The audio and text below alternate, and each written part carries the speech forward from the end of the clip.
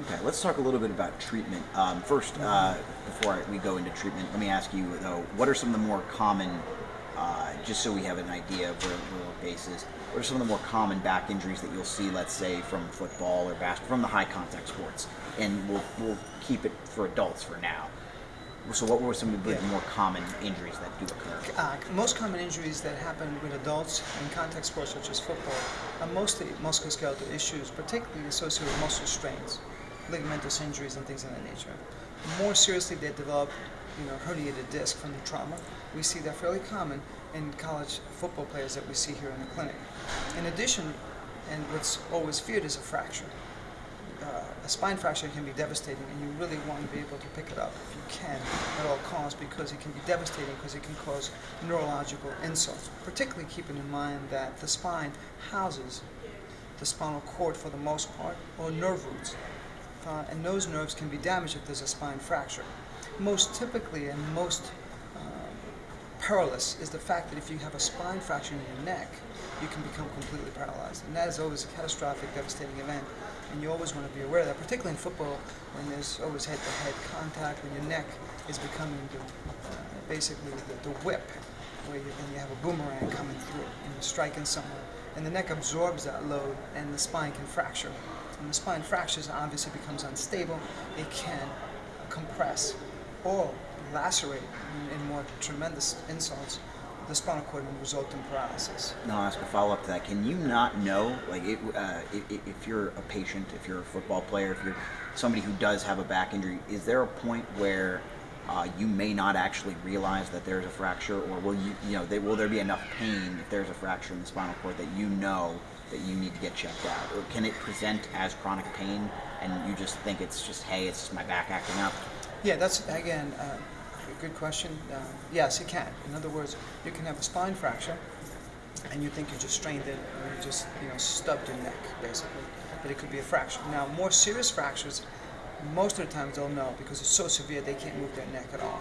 Although we see that, especially in strong, powerful athletes with big necks, they do have some fractures, and they're pretty stable, and they think they just strained their neck. However, in the elderly too, they can have fractures, they don't realize they have it. They don't have the neural sensitivity that we do as young people, or that as young people do. So that's one of the problems. But yeah, you can easily have a fracture and not know it, and that's dangerous because you don't realize you have a fracture. You're going back to a violent sport, which can cause a fracture to become totally unstable and result in a spinal cord injury, which again is catastrophic, obviously.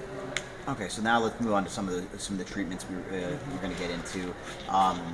What's most common? Do we talk surgery? Do we talk about back braces? I mean, what do you think would be most common for somebody who now, hey, I've injured my back, I have either a fracture or I have some sort of chronic pain. What type of treatments are available in this instance? Yeah, the treatment varies depending on the malady, in other words, what the insult is. Generally speaking, the vast majority of treatment is conservative. It's rare that you require surgical intervention for any of the spine issues.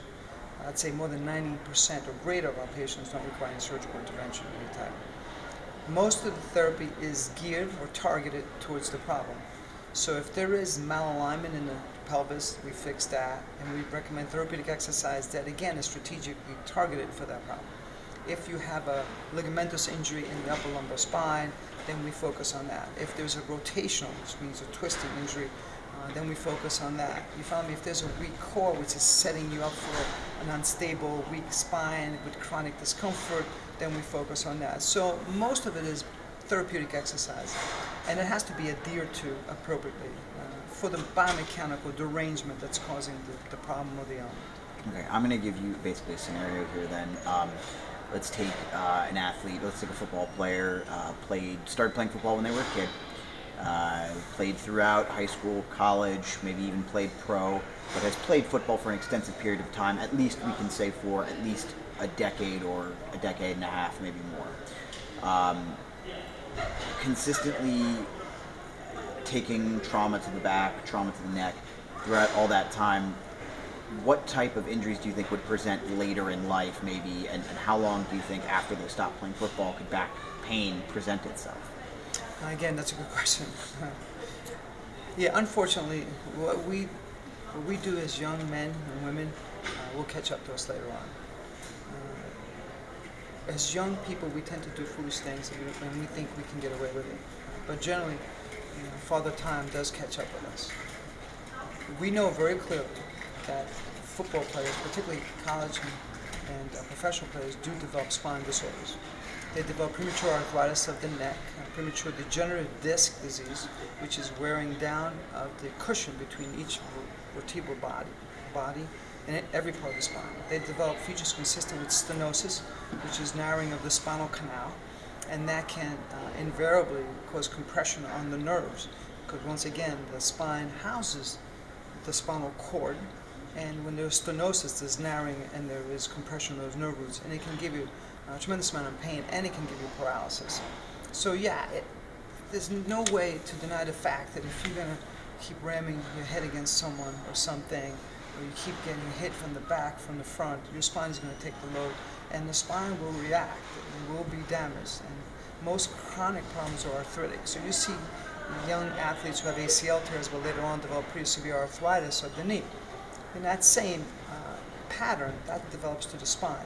And the spine is much more complex because it has so many little segments that it has to constantly stabilize. It's not just one big joint. It's a multitude of hundreds of joints. Okay, so let's bring it all back home then. Yes, We were talking about earlier how important it is for your core to be strong, to support that. And obviously, I think we can make a pretty strong case that some of the sports in this country, I think whether it be football or hockey or even the torque you mentioned involved in pitching, doing that over a long period of time, there's a lot of threat to somebody's back. So what prevention-wise, other than a strong core, can be done? And let me say this, would the only option other than keeping a strong core be simply don't play those sports? Well, that's a good question again. I mean, it's a loaded question. Yeah, this is a tough one. Because you're right. We are made up of bone and flesh. Any way you look at it, and that we have limitations in terms of how much trauma our body can take before breaking down. So if you keep striking your body forcefully and violently, it's going to break down. It will give. Just like a car breaks down, your body will give. And it's tremendous how our body, human body, can withstand the tremendous forces that they're exposed to. When you watch Sunday, NFL football, I look at them, I'm amazed. Because I know if I got hit like that, I'd be in the ER, you know what I mean? And totally immobilized, okay? And there's no doubt. So these are strong people. Well, the only thing I can say, going back to your question, is that the only way to minimize the insults that can happen to your spine is to maintain a very strong body. And by that I mean you have to have, like you said, a strong core, but you have to have conditioned athlete that is used to be able to withstand those forces, to constant practice, repetition, but most importantly to appropriate technique. If they learn how to hit people correctly, they have less risk of injury. If the person's coming into the football season coming fit, thin, healthy, with a strong core, they minimize the risk of injury. You follow me? Mm-hmm. So it always goes back to that more holistic, wholesome approach. So you can't think that you're going to go into, fall football and you haven't practiced at all summer, and you come in overweight, tight, stiff, and with no endurance. You're going to get hurt, and you're going to go into full contact within the next week or so. You follow me? So you basically set yourself up for the injury. So the only way I can say, is stay fit, stay healthy, but it's not just seasonal health and fitness.